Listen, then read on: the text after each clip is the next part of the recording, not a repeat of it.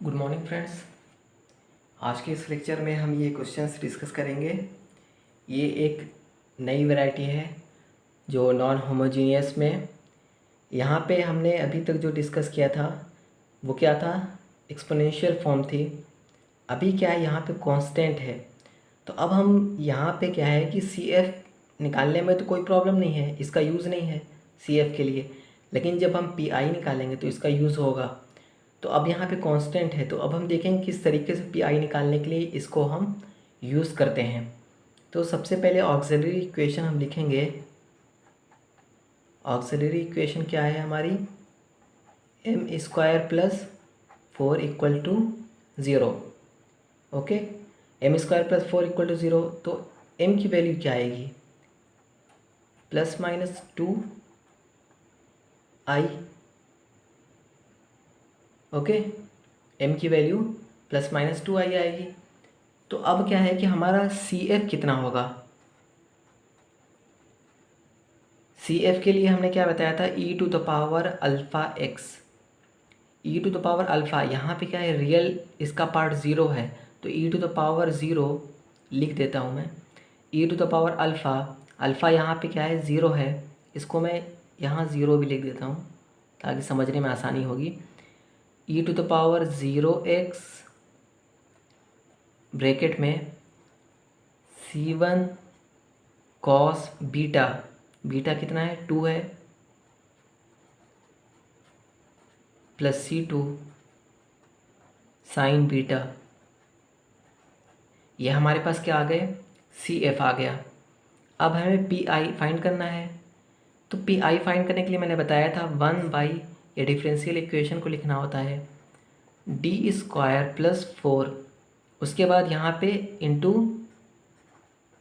ये जो फंक्शन होते हैं उसको लिखने होते हैं। यहाँ पे क्या है, कांस्टेंट है एक, 16 जो है कांस्टेंट है हमारा।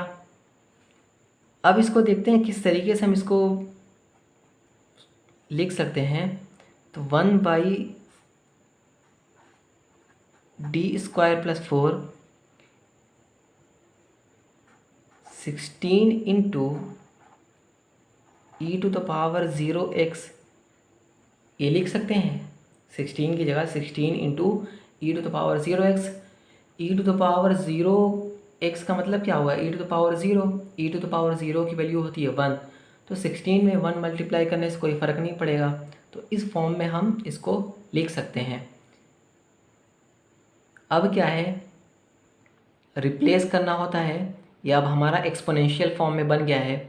तो एक्सपोनेंशियल फॉर्म में बन गया है तो d को अल्फ़ा से रिप्लेस करते हैं। यहाँ हमारा अल्फ़ा क्या है, 0 है।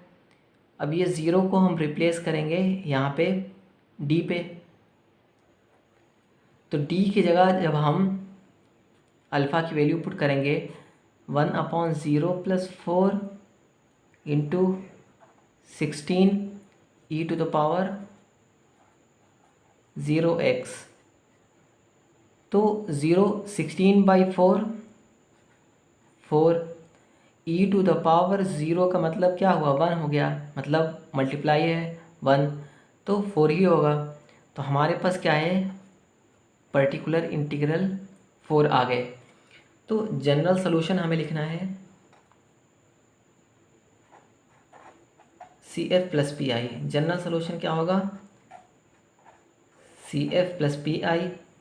CF हमारे पास कितना था, ई टू द पावर 0 का मतलब क्या होता है, 1, उसको लिखने की ज़रूरत नहीं है। C1 cos 2x,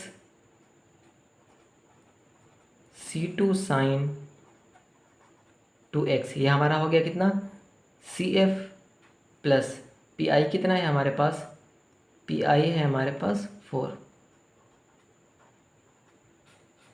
ये हमारे फाइनली सॉल्यूशन मिल गए।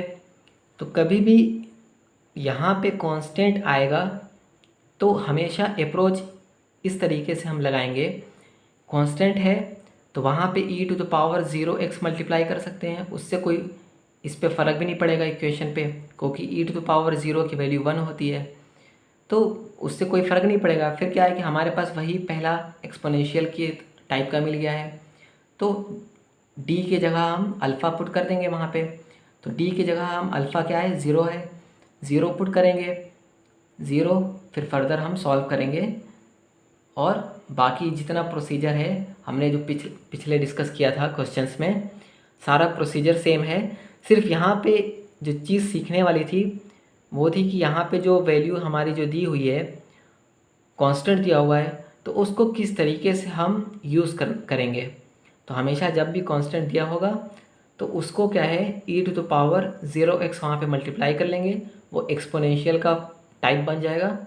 और फिर फर्दर जैसे एक्सपोनेंशियल में हम सॉल्व करते थे उसी तरीके से फर्दर प्रोसीजर हम करेंगे। क्लियर है इतना? तो आज के लेक्चर के लिए इतना ही है। अब इसके बाद हम टाइप 2 डिस्कस करेंगे, जिसमें यहाँ पे हमने अभी एक्सपोनेंशियल डिस्कस किया था, ये भी कांस्टेंट था तो इसको हमने एक्सपोनेंशियल बना लिया था। अब जो टाइप 2 होगा उसमें साइन और कॉस होगा। तो नेक्स्ट लेक्चर में हम डिस्कस करेंगे जिसमें यहाँ पे साइन या कॉस होगा तो उसको किस तरीके से हम उसका पी निकालेंगे। CF सबके लिए सेम होगा, पी निकालने के लिए वो डिपेंड करता है यहाँ पे किस टाइप का फंक्शन है, एक्सपोनेंशियल है, ट्रिगो है, अलजेब्रा है, किस टाइप का है, तो उसके हिसाब से। तो नेक्स्ट लेक्चर में हम डिस्कस करेंगे ट्रिग्नोमेट्री टाइप के अगर यहाँ पे फंक्शन होंगे तो उसको हम किस तरीके से पी फाइंड करेंगे। क्लियर है इतना? तो आज के लेक्चर के लिए इतना ही है। Thank you.